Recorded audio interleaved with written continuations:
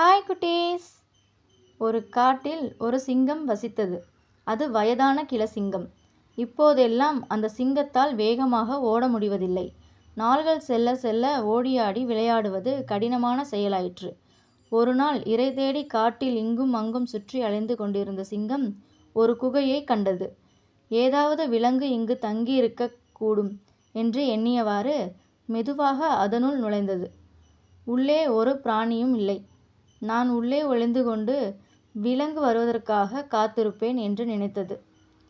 அந்த குகை ஒரு நரியின் இருப்பிடம்.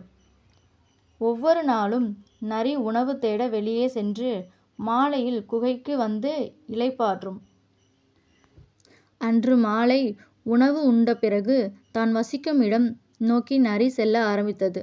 அருகில் வந்தபோது சூழ்நிலையில் ஏதோ மாற்றம் இருப்பதை கண்டது. அங்கு எல்லாமே அமைதியாக இருந்தது. ஏதோ தவறு நடந்திருக்கிறது. ஏன் எல்லா பறவைகளும் பூச்சிகளும் சிறிது கூட ஓசை எழுப்பாமல் அமைதியாக இருக்கின்றன என்று தனக்குள் கேட்டுக்கொண்டது நரி. மிகுந்த கவனத்தோடு மெதுவாக குகையை நெருங்கியது. ஆபத்துக்கான அடையாளம் ஏதேனும் இருக்கிறதா என்று அந்த இடத்தை சுற்றி பார்த்தது. குகையின் வாயிலை நெருங்கியபோது ஆபத்து காத்திருப்பதை அதன் உள்ளுணர்வு எச்சரித்தது. எல்லாம் சரியாக இருக்கிறதா என்பதை உறுதிப்படுத்திய பிறகே நான் உள்ளே நுழைய வேண்டும் என்று கூறியவாறே நரி யோசித்து ஒரு திட்டம் தீட்டியது. அதன்படி அந்த புத்திசாலி நரி தன் குகையை கூப்பிட்டது. என் அருமை நண்பனான குகையே, இன்றைக்கு உனக்கு என்ன நேர்ந்தது? ஏன் மிகவும் அமைதியாக இருக்கிறாய் என்று கேட்டது நரி.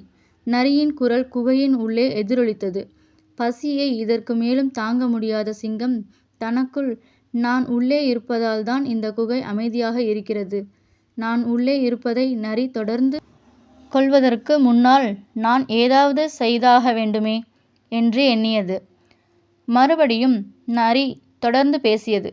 குகையே, நம்முடைய உடன்படிக்கையை நீ மறந்துவிட்டாயா?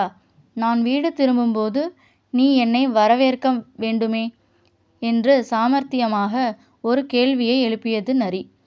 நண்பனே, உள்ளே வா என்று தன் குரலையும் மிகவும் தாழ்த்தி கொண்டு குகையின் உள்ளிருந்து சிங்கம் கூப்பிட்டது.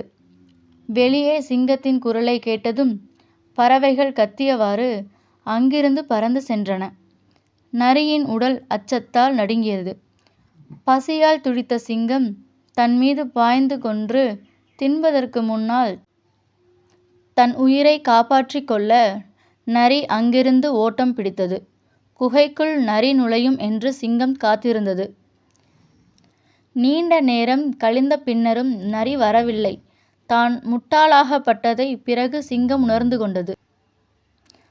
தன்னுடைய முட்டாள்தனத்தால் இரையை தப்பிக்க விட்டதை அறிந்து சிங்கம் தன்னையே நொந்து கொண்டது.